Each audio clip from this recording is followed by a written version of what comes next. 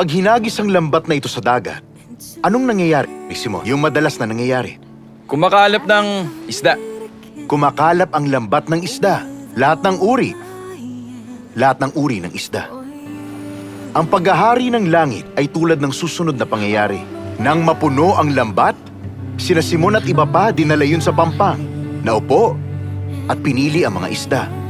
Ang mabubuting isda sa mga bariles, ang masasama, itinatapon. Gayon din ang mangyayari sa katapusan ng kapanahunang ito.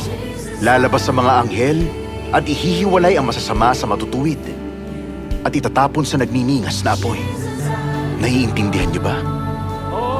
Nang magkagayon bawat tagapagturo na naging alagad ng paghahari ng langit na tulad niyong lahat ngayon ay tulad na may-ari ng bahay na naglalabas ng kanyang kayamanan, parehong bago at luma.